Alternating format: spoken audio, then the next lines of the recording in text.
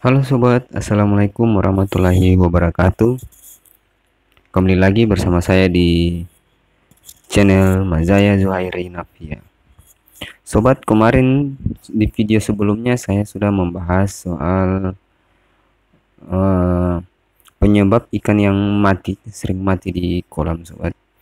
Kali ini di video kesempatan kali ini saya akan membahas soal cara mengatasi ikan yang mati di kolam sobat. Karena ketika ikan mati harus kita ketahui solusinya sobat. Nah, kali ini saya ingin berbagi pengalaman sobat kepada Anda bagaimana cara untuk mengatasi ikan yang seringan mati di kolam sobat. Karena ikan yang mati di kolam itu akan menyebab kerugian pada kita pembudidaya sobat. Jadi sobat, setelah mengetahui penyebab ikan yang mati di dalam kolam, sobat perlu mengetahui cara mengatasinya sobat. Cara agar ikan tidak mengalami kematian adalah dengan membuatnya semakin sehat. Jadi ikan yang sehat sobat, pertumbuhannya juga bagus, kemudian bobot yang diinginkan juga tercapai sobat. Berikut adalah cara untuk mengatasi ikan yang menunjukkan ciri-ciri kematian di dalam kolam sobat. Untuk itu sobat, sebelum lanjut, jangan lupa subscribe dulu bagi yang belum subscribe, like, share, bagikan kontennya sobat agar kita bisa saling berbagi di dunia perikanan, di dunia budidaya ikan nila sobat.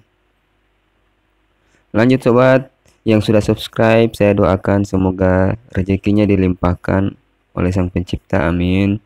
Yang belum subscribe semoga bisa segera subscribe sobat dan dukung channel ini agar bisa terus berkembang sobat. Jadi sobat, kita lanjut ke pokok pembahasan sobat. Jadi ada beberapa saran yang bisa saya berikan sobat. Jadi ada 4 cara sobat, 4 cara untuk mengatasi ikan yang mati di kolam kita sobat. Yang pertama sobat adalah sanitasi kolam. Sanitasi kolam ini sobat sangat penting. Ikan dapat hidup dengan baik dengan sanitasi kolam yang baik pula sobat. Untuk melakukan sanitasi kolam tidaklah sulit sobat.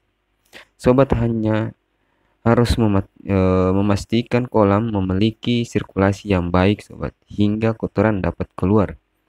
Karena ketika terjadi penumpukan kotoran ikan sobat, itu akan menjadi amoniak dan itu akan meracuni dan menyebabkan kematian pada ikan sobat. Berikut cara untuk melakukan sanitasi kolam yang benar sobat. Ini berdasarkan pengalaman saya sobat di kolam tan.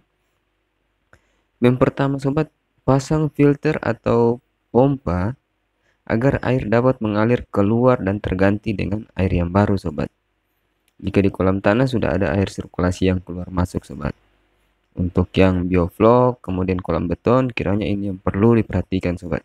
Air bisa mengalir dan silih berganti. Untuk bioflok tentunya air tidak berganti sobat, tetapi yang perlu diperhatikan adalah filter pompanya sobat, filter airnya sobat, agar tidak terjadi penumpukan amonia. Yang kedua sobat, bersihkan kolam secara manual. Jika ada sampah yang masuk sobat, dan pasang pembatas agar tidak ada hama yang masuk untuk memangsa ikan sobat. Ketika ada ikan pemangsa sobat, itu akan menyebab kerugian juga bagi kita pembudidaya sobat, karena ikan bisa mati dimangsa sama ikan yang lebih predator sobat. Yang berikutnya sobat, masukkan ikan pada kolam khusus ketika sobat sedang membersihkan kolam. Jadi ketika ingin membersihkan kolam sobat, alangkah baiknya jika ikan sebelumnya itu dipindahkan dulu sobat, sebelum melakukan pembersihan di kolam yang sobat inginkan. Yang berikut sobat, bersihkan kolam ikan setiap hari untuk memastikan tidak ada kotoran yang tertinggal. Jadi kolamnya harus memang benar-benar bersih sobat. Airnya juga pun bersih hingga tidak terjadi pencemaran pada air sobat. Ini juga bisa menyebabkan salah satunya ikan stres ketika terjadi kolam kita itu kotor sobat. Yang kedua sobat adalah sanitasi ikan. Sanitasi ikan ini merupakan usaha pencegahan sobat terhadap serangan penyakit. Jadi kita setelah mengetahui gejala-gejala ikan yang sakit sobat, itu segera dipisahkan. Tetapi sebelum itu sobat, kita harus melakukan sanitasi agar mencegah itu lebih baik daripada mengobati sobat. Nah, adapun cara untuk sanitasi itu sobat, salah satunya adalah ikan yang terlihat memiliki gejala penyakit sebaiknya segera dipisahkan dari ikan lain sobat. Dan itu lebih baiknya lagi sobat ketika memiliki tempat tersendiri untuk ikan-ikan yang sakit sobat, agar bisa diobati secara terpisah. Yang kedua sobat, tidak membuang air bekas pengangkutan ikan ke dalam kolam budidaya ikan. Jadi ketika ikan setelah dipanen sobat, jangan sekali-kali membuang air dari hasil ikan panen itu ke kolam sobat, karena itu akan menyebabkan kotoran juga ikan, kotor air sobat, sanitasinya yang buruk. Kemudian sobat, peralatan yang digunakan untuk menangkap atau mengangkut ikan harus terus dijaga kebersihannya sobat, agar tidak mengandung organisme yang membahayakan ikan. Kita perlu untuk sterilisasi peralatan sobat. Yang berikut sobat, ikan yang dipindahkan ke kolam terlebih dahulu direndam dalam larutan kalium sobat. Permanganat dosis ya sobat. Dosisnya itu 20 gram per meter kubik sobat, per meter kubik air selama 30 menit. Setelah direndam sobat, ikan segera diangkat dan dipindahkan ke kolam pemeliharaan. Apabila dianggap perlu sobat, perendaman dengan KMNO4 dapat diulang selama 3 hingga 4 hari kemudian sobat. Yang berikut sobat, pemberian pakan yang sesuai waktu dan takaran. Pemberian pakan ini tidak harus mengikuti nafsu makan ikan sobat.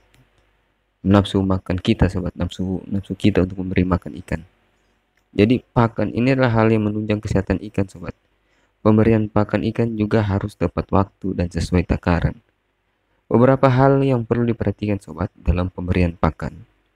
Yang pertama sobat, jumlah konsumsi harian pakan untuk ikan kita itu sobat adalah 3 hingga 5% bobot tubuhnya. Jadi perlu diambil sampel sobat, dan untuk konsumsi pakan itu paling tidak minimal 3% lah sobat dari bobot. Yang kedua sobat, waktu pemberian pakan itu yang idealnya adalah pagi hari dan sore hari sobat. Itu untuk pemberian 2 kali dalam sehari sobat. Bisa juga untuk 3 kali dalam sehari sobat. Pagi, siang, sama sore. Pemberian pakan sobat dilakukan sampai tingkat kekenyangan 80%. Jadi jangan langsung benar-benar kenyang sobat. Itu akan menyebabkan ikan juga stres. Yang berikutnya sobat adalah kualitas air. Kualitas air kolam harus selalu dijaga sobat. Air berpengaruh terhadap pertumbuhan ikan, tingkat kesehatan, dan keberlangsungan hidup ikan. Kualitas air yang buruk dapat menyebabkan ikan mengalami stres dan imun yang turun.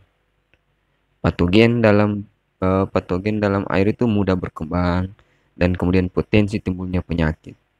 Kualitas air yang baik untuk ikan sobat, yaitu suhunya itu 15 hingga 30 derajat Celcius. Oksigen yang terlarut itu sobat 3,5 sampai 6 ppm.